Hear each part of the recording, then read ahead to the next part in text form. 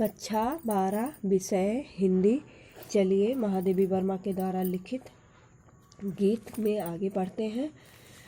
तो देखिए, कहा न ठंडी सांस में अब भूल वह जलती कहानी, आग हो उर में तभी दृग में सजेगा आज पानी, हार भी तेरी बनेगी माननी जय की पताका, राख क्षणिक पतंग की है अमर दीपक की निशानी, है तुझे अंगार सैया पर मृदुल कलियां बिछाना, जाग तुझको दूर जाना।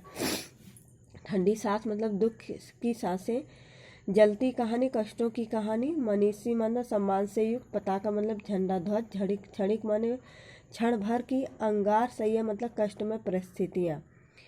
कवित्री ने मनुष्य की आत्मा को साधना पथ पर बढ़ते रहने की प्रेरणा देते हुए आत्मबल को जगाने का आह्वान करती है।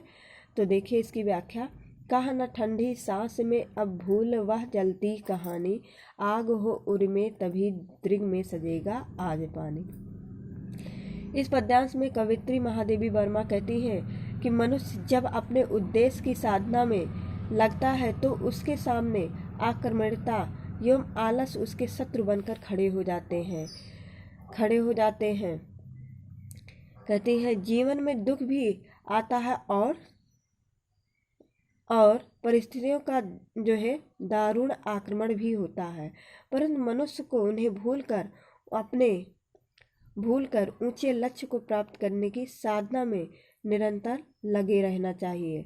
महादेवी वर्मा जी कहती हैं कि उन कहते हैं कष्टों को ठंडी सांस लेते हुए दोहराने से कोई लाभ नहीं होता है। जब तक हृदय में आग नहीं होती है तब तक मनुष्य की आंखों से टपकते आंसू का कोई मूल्य नहीं होता है। यहाँ देखिए, आग हो उर में तभी दृग में सजेगा आज पानी। दृग मतलब नेत्र।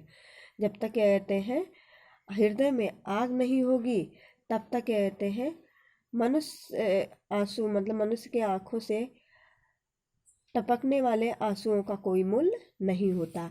हार भी तेरी बनेगी मानसी जय की पताका, राख क्षणिक पतंग की अमर दीपक की निशानी।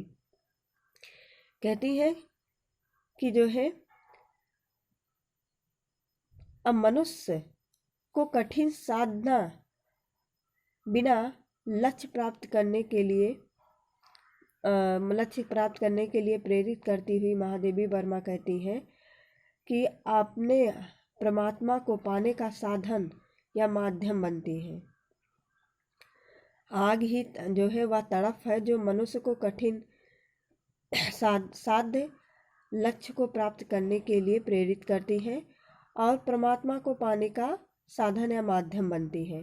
महादेवी वर्मा कह रही हैं कि जो है क्षणिक कहती हैं यदि उद्देश्य की प्राप्ति के लिए प्रयत्न में असफलता भी होता है तो वह भी किसी सफलता से या किसी विजय से कम नहीं होता है। कहते राख क्षणिक पतंग की है अमर दीपक की कहानी। कहती है पतंगा अपने उद्देश्य के लिए दीपक पर जलकर राख के समान हो जाता है, फिर भी उसकी राख दीपक की लौ से मिलकर अमर हो जाती है तुझे अंगार सैया पर मृदुल कलियां बिछाना। साधक को भी यदि अपने उद्देश्य की प्राप्ति के लिए